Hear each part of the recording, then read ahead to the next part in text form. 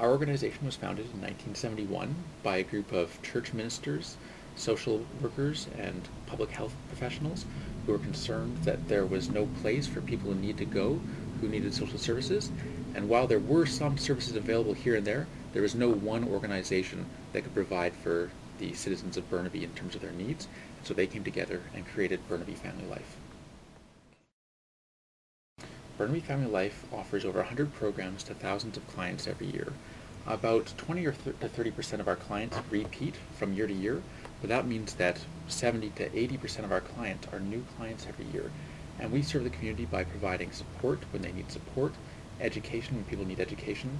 We have childcare programs for working families who need to go off to their jobs and have their kids taken care of. We have a program for high school students who are already parents so they can continue in school while their kids are being looked after, and there are parenting programs attached to that. We also have counseling programs for people who have experienced abuse, and we have a number of outreach programs such as our life skills program for people without a home and our Step Ahead program for refugees and immigrants who are new to the Canadian society and are adjusting to life here. Burnaby Family Life serves a wide range of clients. We have clients who speak in total 98 different languages, which shows just how diverse a community Burnaby is.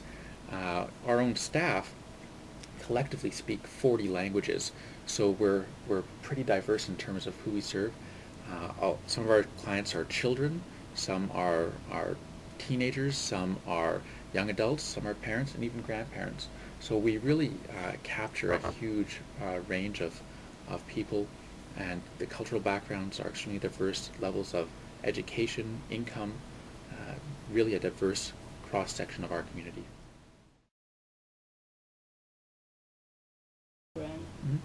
One of the opportunities we've been really excited about is working with other organizations to help fund our programs, especially, for example, we just succeeded in gaining a grant from the CKNW Orphans Fund to provide food for families at risk.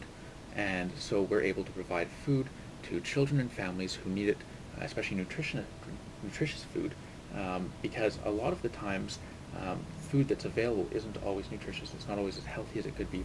And so we're able to provide not only nutritional education, but actual food to families in need. So that's one program we offer. I think if Burnaby Family Life was successful in gaining the YPI grant, we would look at taking that funding and applying to one of the programs where people are most in need. For example, we currently have counseling programs that are underfunded. We've got counseling for children who've witnessed abuse, either from family members or outside of the family, but they've watched abuse and they are suffering trauma as a result of witnessing that abuse. And we have programs for women who've experienced abuse, often in a domestic relationship. And that program as it stands is underfunded. And we've got oftentimes a wait list for people who need help, and we'd very much like to be able to support that program. Also, we've, in some of our childcare facilities, we've put in special gardens where kids can learn about nutrition, they can have more time outdoors, they can learn about the process of growing food, they can learn to read in the garden, more enjoyable settings. And one of the programs we haven't been able to fund is a new children's reading garden at one of our childcare locations. We need about $15,000 of funding to do it, and we are looking for what's called matching funding, where if we can get $5,000 from one group and $5,000 another, we can sometimes get matching from a third organization. Organizations will sometimes match other funding. And one of the problems we have right now is we don't have matching funding to make that project go ahead. And so that's a smaller sort of capital project that we could really use help on, is to create that reading garden or to support our underfunded counseling programs, depending on what the YPI favors and what our needs are at that particular time.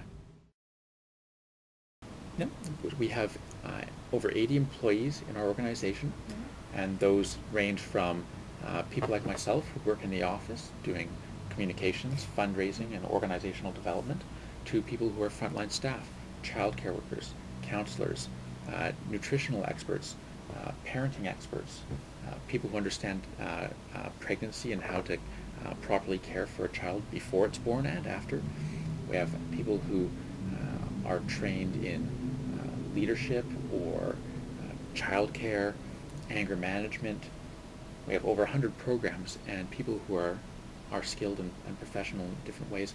We are certified, accredited as a professional service agency, which is a little bit of a feather in our cap because it shows the commitment we have to professionalism and providing outstanding quality of services, and our employees' skill level and expertise and experience reflects that certification. We have over 100 volunteers helping us in any given year, and it's been like that for over 40 years, volunteers contributing in all kinds of different ways. For example, we have a number of volunteers who help out in our childcare programs or in our family education programs. We welcome volunteers and we train them and we support them to get involved. We also have volunteers who help out with things like organizing events or helping to raise money for the organization sometimes. Our board of directors are all volunteers who lend their time to help us manage the organization and provide policy and direction to how we run our charity. So there are a number of different ways to get involved, and the easiest way to do that is to send us an email or give us a phone call or drop into one of our locations and find out what you'd like to do. We've had high school students volunteer, notably. At Halloween, we had high school students volunteer with our Halloween events, and some of them were doing face painting for kids, some were doing arts and crafts with kids, some were doing dance performance or storytelling, and we had dozens of high school student volunteers who were helping us out with our Halloween events, and they were welcome. They did a great job, and I'm sure we'll have them back the next time we do Halloween events, and there are other opportunities throughout the course of the year to try and lend a hand.